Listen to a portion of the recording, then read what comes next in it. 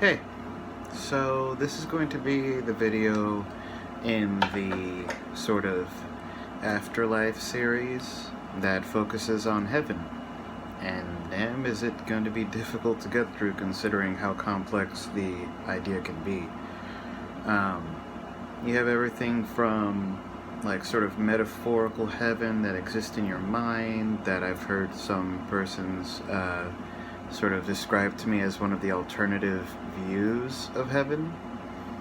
I guess it's sort of fitting that my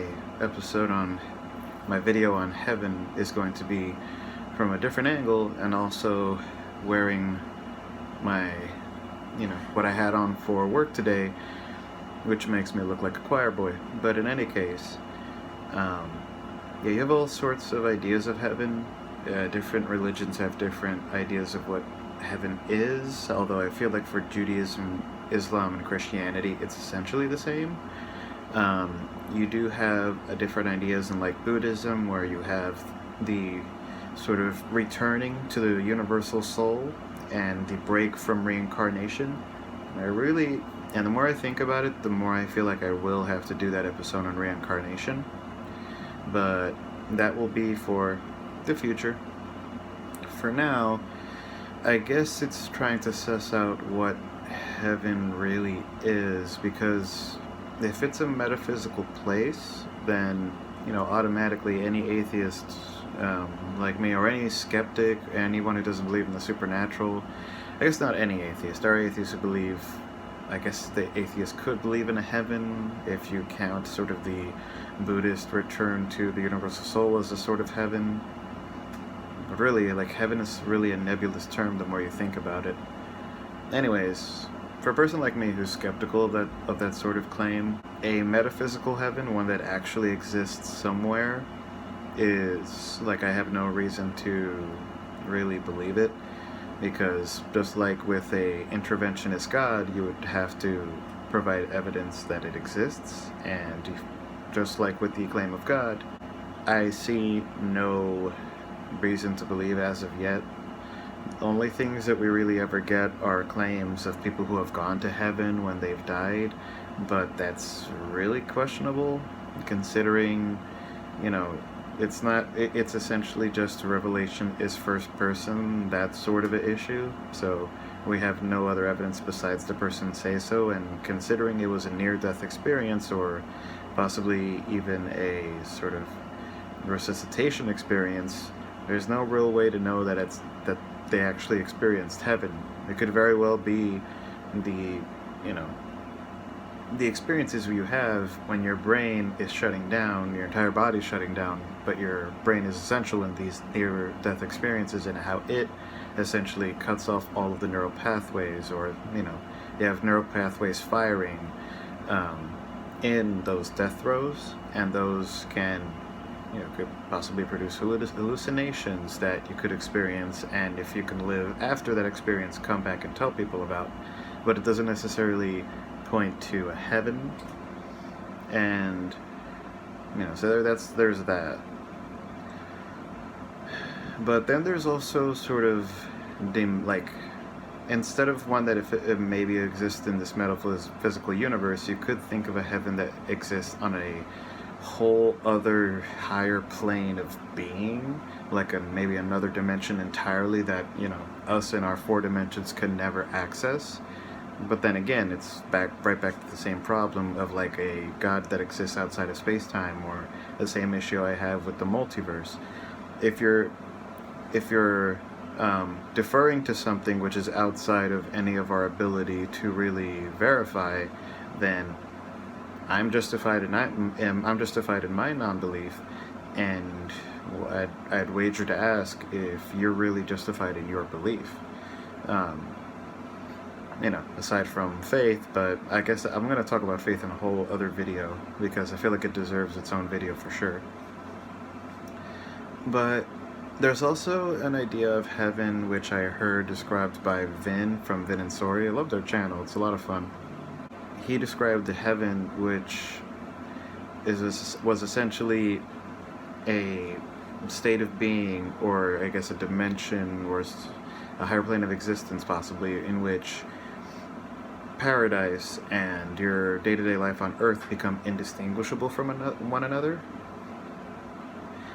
I just find it hard to really just sort of see the idea in my mind of an existence in which you could not, suss out whether or not it was heaven or not, because, here on earth, not everything is, sunshine and perfection all the time. Things don't always go your way, and so I'm wondering what that would look like.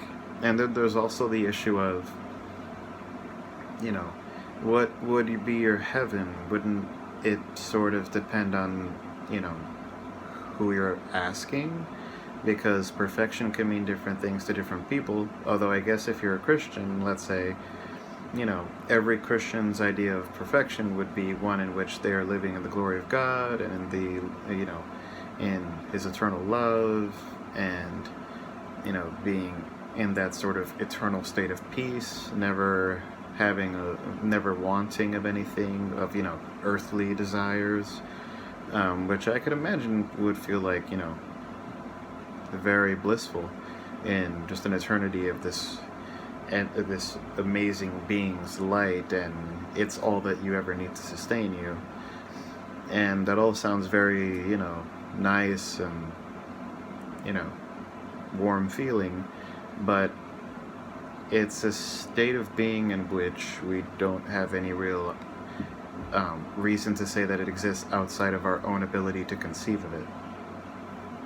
And even when we conceive of it, there's still quite a bit of vagueness to it, because we're still leaving all of these really vague ideas in it, like God's love, what does that really mean? God's light, what is it exactly? To be free of earthly desires, how can you live in that sort of state? What would you be? All sorts of metaphysical questions that come into play, but that can go on for hours just on that alone. But to sort of lean back on something I said or actually the main crux of the video that I made,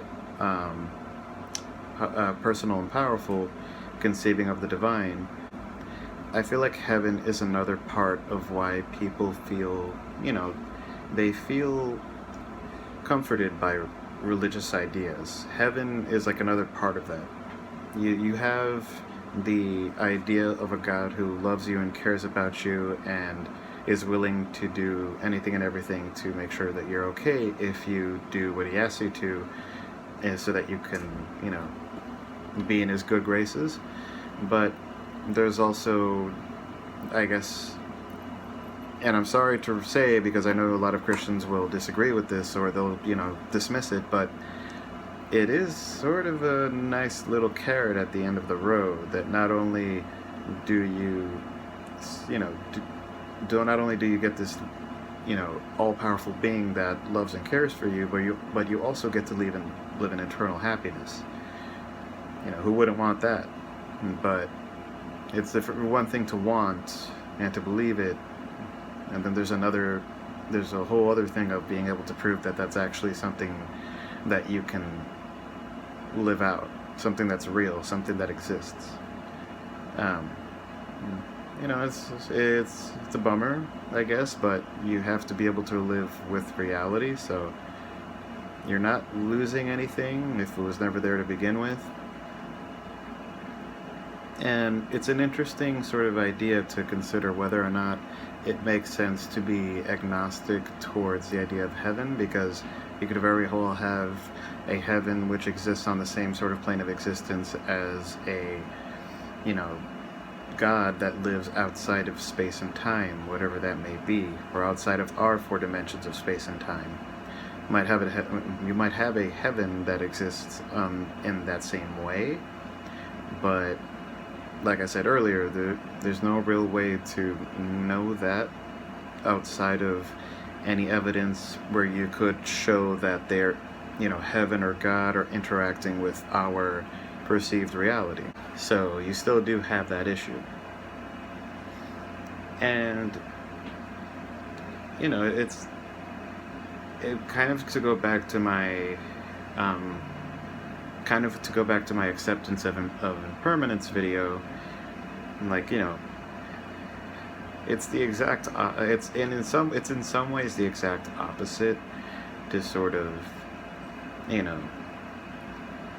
to sort of try to have your cake and eat it too, in terms of, trying to live this life to its fullest, but also living for that next life. Because if you believe in a heaven and that you'll go there if you do the right thing while you're alive, then really the entire point of your physical, bona fide, you're sure you get it, one life that we're all living right now, you, me, anyone who's watching this, then the whole point of you living this life is just so that you can attain that eternal peace in the next life, which, even with any argument that you can make towards morality or the like, it's still at the end of the day sort of shortchanging this life for the next. This world ultimately is not as important as the heaven that you'll get to be in should you do all the right things. So, even if you do incorporate the belief of, you have to be good to your neighbor, and in order to get to heaven, you have to,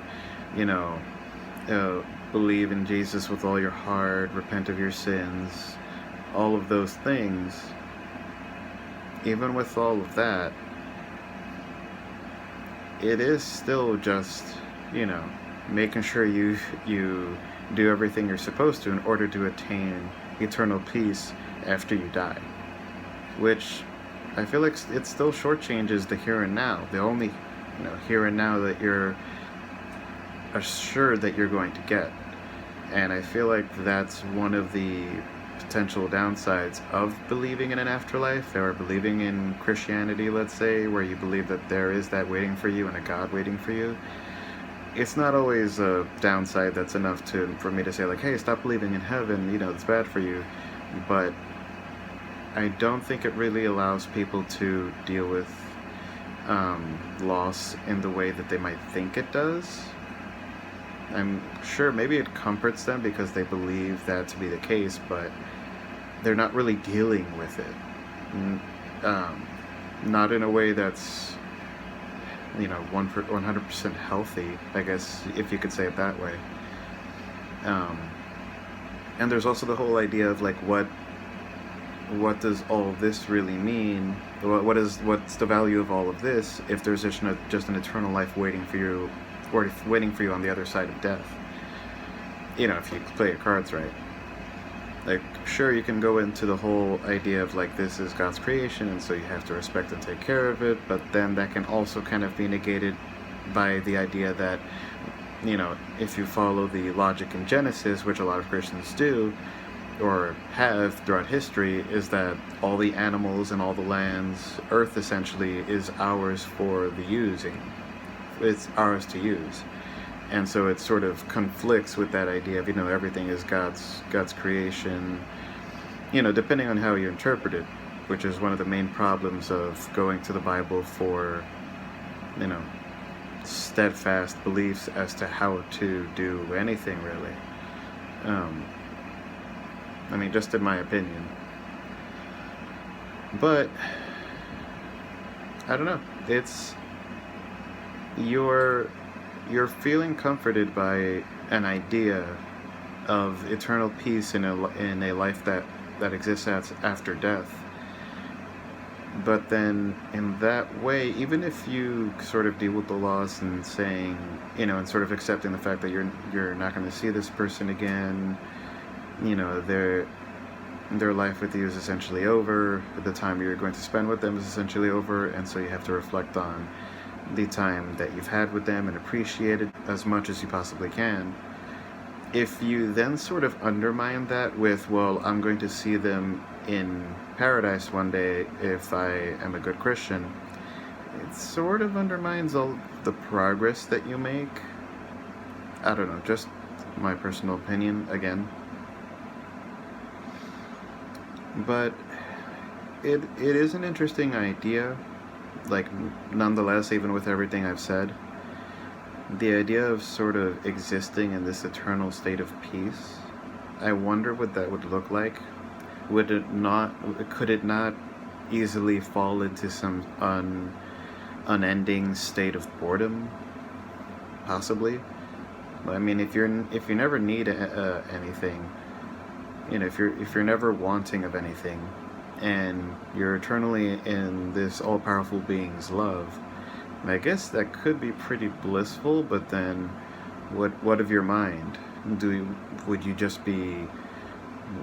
What would you do? I mean, my mind would race, even in such a situation, because I'm not gaining any new information or learning any new information, unless there's an idea incorporated in that belief in which you are now free. Your mind is now free to learn all the possible knowledge there is in the entire universe and beyond.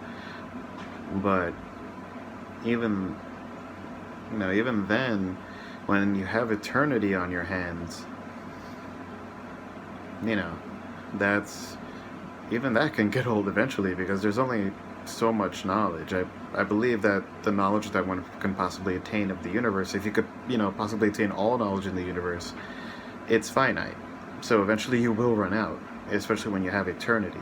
So yeah, it's just interesting to think of a state of eternal bliss, what that means for people, and what real reason do we have that such a state could exist.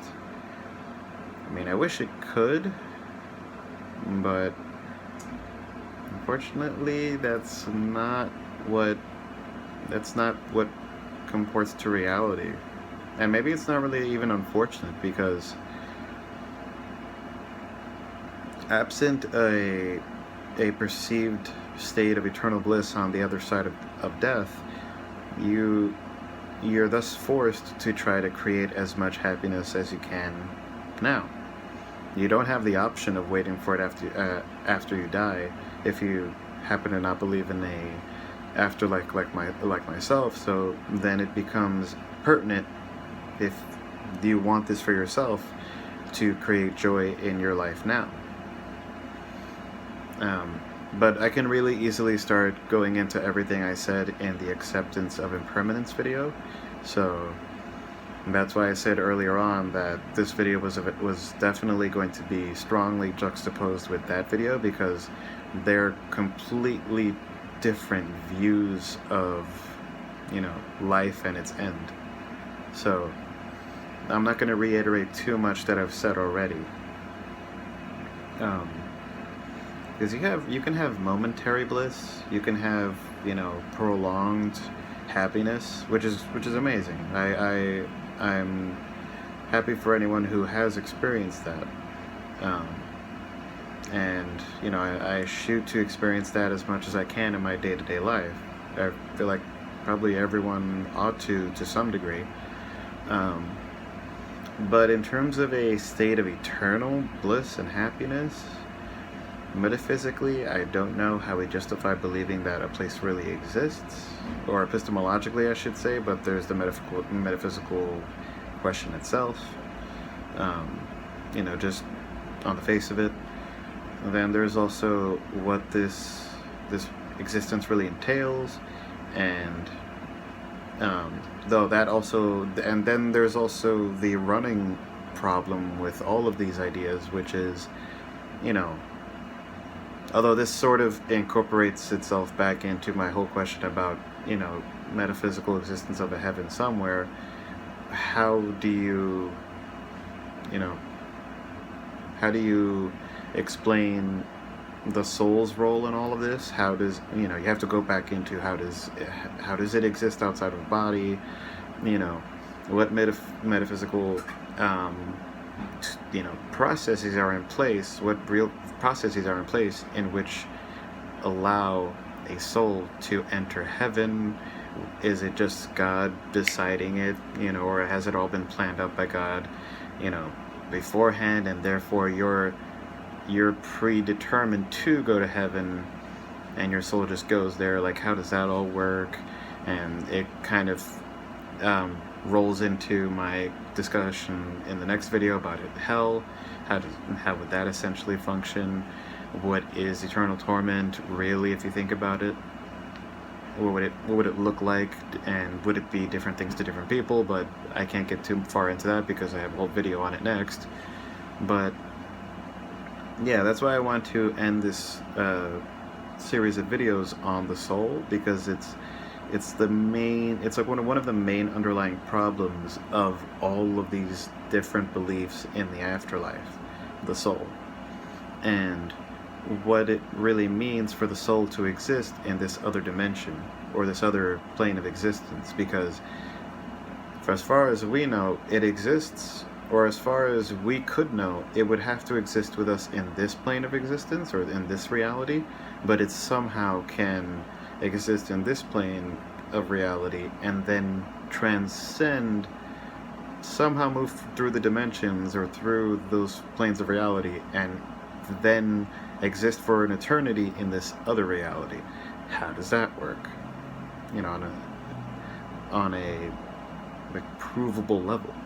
There's all sorts of questions that come into play when you start thinking about the soul and the afterlife and in heaven, and these different states of being in which theists may believe we will eventually exist in for the rest of time. There's so much to chew on when it comes to the question of heaven, but I'm going to end it here, just because, you know, all of these videos are essentially just to get my ideas down in video form, because I could do this quicker than writing it out, which would take me like hours, just because I'm kind of a perfectionist when I write.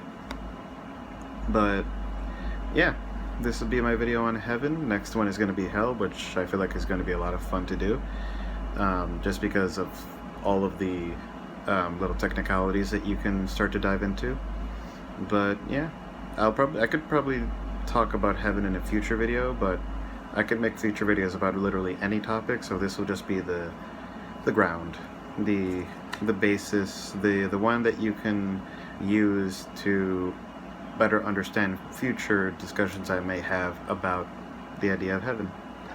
Well, thank you to anyone who watched, and I hope you're having a good day, afternoon, evening, night. Truman, you would be proud. And let me stop this video before I keep rambling on. Goodbye.